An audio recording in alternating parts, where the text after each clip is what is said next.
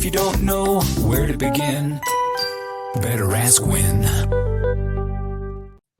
Shane, good to see you. Today, we're going to talk about how to optimize your RMDs in retirement. Required minimum distributions. Whether you need that money or not, the government is going to force you to take that income so they can collect their taxes. But proactive planning means that you control your tax liability. So before we get into RMDs and some strategies, let's just start high level with what we need to know about them, because something's changed after the passage of the Secure Act. Exactly. And it's all about the money, like you said, Erin. They want to get their tax revenue. And so the age has changed. We started off with 70 and a half, then 72, 73, and now 75, depending on the year that you were born. And those folks born 1960 and later, now their RMDs are all the way back to 75.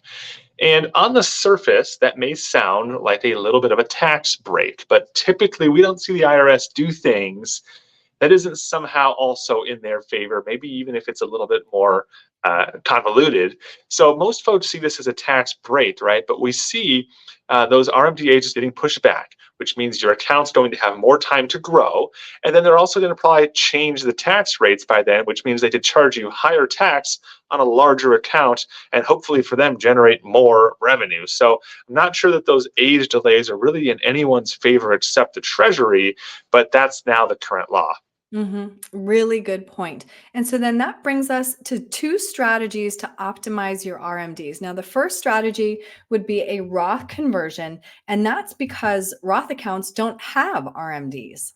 Exactly. We talked a lot about Roths in all the videos that we made, and Roths are so important because of their tax-free nature. And so you have an unlimited right to convert money to a Roth.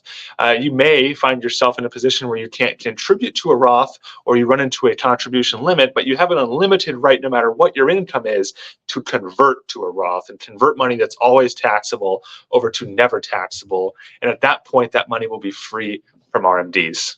And now the second strategy, plan strategic withdrawals before reaching RMD age. So this is kind of what you were talking about at first, to manage your tax brackets and potentially reduce the size of those future RMDs. Right. So you want to try to, in a strategic way, start to dismantle this IRA. And you can do it in a couple ways: Roth conversions, life insurance conversions, or simple distributions to get that money out of the IRA so that all of a sudden you don't have a huge RMD liability that comes your way.